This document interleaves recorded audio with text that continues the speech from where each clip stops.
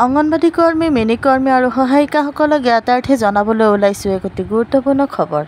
Hello' friends, মই জেনিতা নাথ। মোৰ অন্য এটি ভিডিঅ'লৈ আপোনালোক সকলোকে জনাইছোঁ স্বাগতম। যিসকল বন্ধু বান্ধৱীয়ে মোৰ চেনেলটো নতুনকৈ চাই আছে, প্লিজ চেনেলটো ছাবস্ক্ৰাইব কৰি ল'ব। আজি আপোনালোকৰ বাবে লৈ আহিছোঁ গুৰুত্বপূৰ্ণ ভিডিঅ'।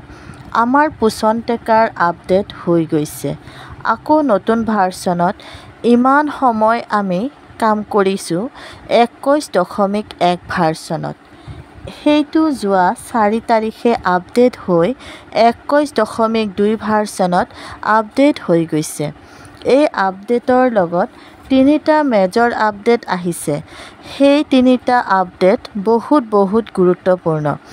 এই ভিডিঅ'টো আপোনালোকক ইনফৰ্ম কৰিবলৈহে, কিয়নো আমি যাতে পোষণ ট্ৰেকাৰ খোলাৰ আগতে আপডেট কৰি লওঁ। মোবাইলৰ প্লে ষ্ট'ৰত গৈ আপডেট কৰি লগিন কৰি ল'ব, কিয়নো নতুন ভাৰ্চনত যেতিয়াই আহে তেতিয়াই আপডেট কৰি লৈ কাম কৰাটো বেটাৰ। তেতিয়া ৰেকৰ্ডবোৰ ঠিকেই থাকে। এতিয়া প্ৰব্লেম হয় পোষণ ট্ৰেকাৰৰ আপডেট নটিফিকেশ্যন সকলোৰে মোবাইলত নাহিবও পাৰে। আনফৰ্চুনেটলি যেনেকৈ মোৰ ওচৰত এইবোৰ কোনো নটিফিকেশ্যন অহা নাছিল। থেংকছ টু সেই বাইদেউগৰাকীক যোনে মোক মেছেজ কৰি জনাইছে যে বাইদেউ পোষণ ট্ৰেকাৰত নতুন ভাৰ্চনে আপডেট হৈ গৈছে।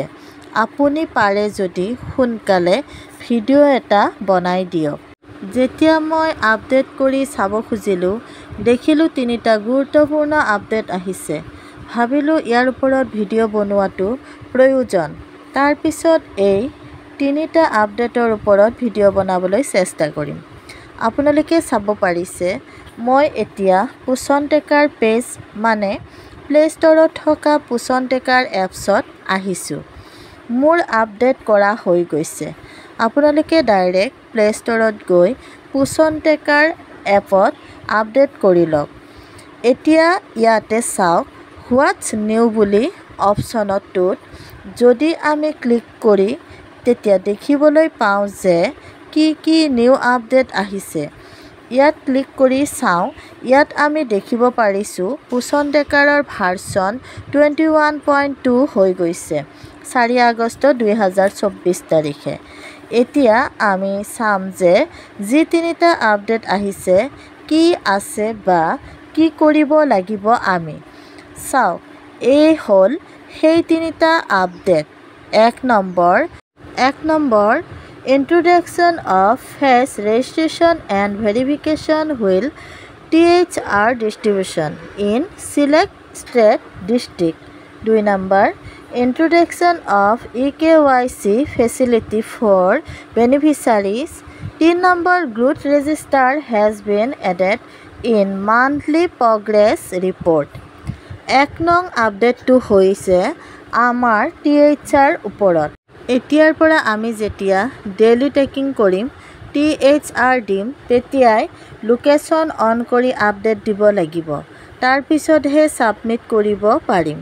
কেনেকৈ কৰিম যদি বিচাৰে ইয়াৰ ওপৰত ভিডিঅ' বনাই দিম। 2 নম্বৰ কোৱা হৈছে introduction of eKYC facility for beneficiaries. ইয়াৰ আগৰ আপডেট আহিছিল ৱৰ্কাৰ আৰু হেল্পাৰৰ eKYC আপডেট কৰিবলৈ। যি কি নহওক, ৱৰ্কাৰ আৰু হেল্পাৰৰ eKYC আমি সকলোৱে আপডেট কৰিছোঁ। মই ইয়াৰ ভিডিঅ' বনাইছিলোঁ। এতিয়া আমি বেনিফিচাৰীৰ eKYC আপডেট কৰিব লাগিব। আপোনালোকে বিচাৰিলে মই eKYC কেনেকৈ কৰিম তাৰ ওপৰত ভিডিঅ' বনাই দিম।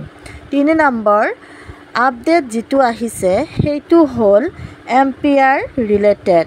পোষণ ট্ৰেকাৰত যি এম্পিয়াৰ আছে তাত আপডেট আহিছে growth register has been added in monthly progress report. ইমান দিন আমি শিশুৰ প্ৰফাইলত শিশুৰ নামৰ পিছত 3 ডট আছে তাতে ক্লিক কৰি আমাৰ এটা অপশ্যন আছিল য'ত আমি 3 মাহৰ ৰেকৰ্ড চাব পাৰিছিলোঁ।